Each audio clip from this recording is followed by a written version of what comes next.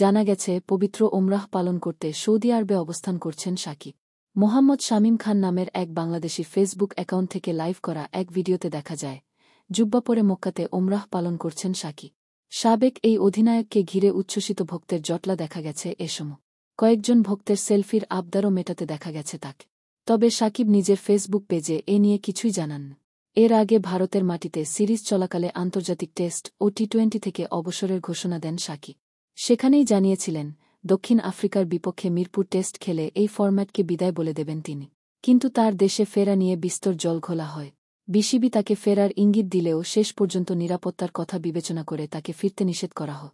এ নিয়ে মিরপুর টেস্ট শুরুর আগে সাকিব ভক্তরা ব্যাপক বিক্ষোভ করে। পরিস্থিতি নিয়ন্ত্রণে কঠোর অবস্থানে যায় সরকার। শেষ পর্যন্ত নির্বিঘ্নে শেষ হয় মিরপুর টেস্ট। সাকিবের খেলার সম্ভাবনা ছিল আফগানিস্তানের বিপক্ষে সদ্য সমাপ্ত ওয়ানডে সিরিজে, কিন্তু তাকে স্কোয়াডে রাখেননি নির্বাচকরা।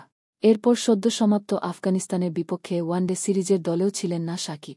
যদিও আগামী বছর পাকিস্তানের মাটিতে চ্যাম্পিয়ন্স ট্রফি খেলে ওয়ানডে থেকেও বিদায় নিতে চান তিনি, কিন্তু বর্তমান পরিস্থিতিতে সেই সম্ভাবনাও নেই বললেই চলে। গত আগস্টে গণঅভ্যুত্থানের মুখে সরকার পতনের পর আওয়ামী লীগ সরকারের টিকিটে সংসদ সদস্য হওয়া সাকিবের নামে দেশে হত্যা মামলা হয়েছে। সম্প্রতি সাকিব এবং তার স্ত্রী উম্মে আহমেদ শিশিরের ব্যাংক হিসাবও জব্দ করা হয়েছে।